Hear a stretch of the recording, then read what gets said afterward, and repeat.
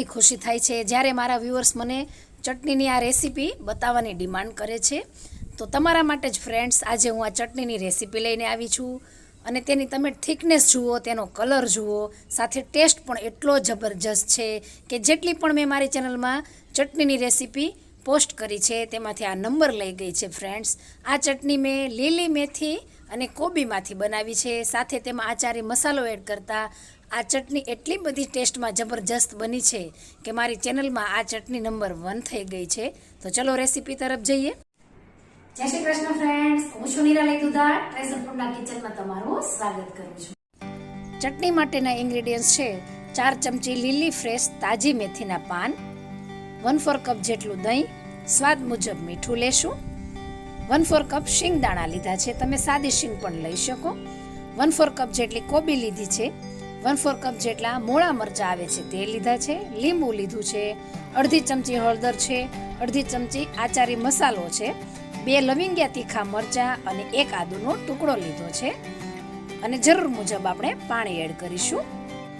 તો ચટણી બનાવવા માટે મિક્સર જારની અંદર લીલી મેથી એડ કરી દેશું. ફ્રેન્ડ્સ, અહીં તમે વિચારતા હો કે લીલી મેથીથી ચટણીમાં કડવાશ આવશે. અરે ખબર જ નહીં પડે કે લીલી મેથી તમે યુઝ કરી છે. હવે 2 નંગ મેં આ રીતના મોળા મરચાં આવે છે, માર્કેટમાં અત્યારે ખૂબ જ મળે છે. તો આ મરચાં મેં ઝીણા એકદમ બારીક સમારીને લીધા છે અને 1/4 કપ જેટલી કોબી લીધી છે. જો તમે વધારે હજી લીલી કોબી લો તો વધારે ટેસ્ટ સારો આવે. હવે 1/4 કપ જેટલા શિંગદાણા લીધા છે. હવે શિંગદાણામાં મીઠું હોય છે એ પ્રમાણે આપણે મીઠું જાળવીને એડ કરવાનું છે. 2 નંગ મેં તીખા લવિંગિયા મરચાં, 1 આદુનો ટુકડો એડ કર્યો છે, અડધી ચમચી જેટલો આચારી મસાલો એડ કર્યો છે.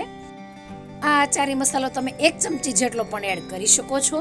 અડધી ચમચી જેટલો હળદર પાવડર એડ કરીશું અને 1/4 કપ જેટલું ખાટું પણ નહીં અને મોળું પણ નહીં એવું દહીં એડ કરવાનું છે અને ઘરનું જ તાજું મેં દહીં એડ કર્યું છે અને 1/4 ટીસ્પૂન જેટલું મીઠું એડ કરીશું.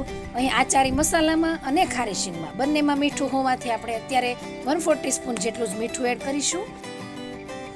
લીંબુ એડ કરવાનું તો ભૂલી જ જાઉં છું, તો ચલો લીંબુ પણ એડ કરી દઈએ. તો અડધું જે આપણે લીંબુ લીધું હતું તેમાંથી આપણે તેનાથી અડધું લીંબુનો આપણે રસ એડ કરીશું અને આ બધું જ પાણી વગર પહેલાં આપણે ગ્રાઇન્ડ કરી લેવાનું છે. તો પાણી વગર આપણે ગ્રાઇન્ડ કરી લીધું છે અને તેને સેજ ચેક કરી લઈએ તો ચટણી હજી થોડી ઘટ છે. આ રીતે પણ તમે ખાઈ શકો છો અને થોડી આપણે પતલી કરવી છે અને ટેસ્ટમાં તે થોડી મોળી લાગી મને, એટલે હું ફરીથી 1/4 ટીસ્પૂન જેટલું મીઠું એડ કરીશ. એટલે ટોટલી આપણે અડધી ચમચી મીઠું એડ કર્યું છે. હવે ફરીથી આપણે 5 ચમચી જેટલું પાણી એડ કરીને તેને ગ્રાઇન્ડ કરી લેશું. એકદમ પરફેક્ટ માપ છે. જો આ પ્રમાણે તમે ચટણી બનાવશો તો ચટણીનો ટેસ્ટ ખૂબ જ સરસ લાજવાબ આવશે. હવે ચટણીને ફરીથી આપણે થિકનેસ ચેક કરી જોઈએ. તો જે પ્રમાણે આપણને ઘાટી પણ નહીં અને પટલી પણ નહીં તેવી ચટણી આ પ્રમાણે મને જોતી છે. હજી પણ તમે પટલી કરી શકો.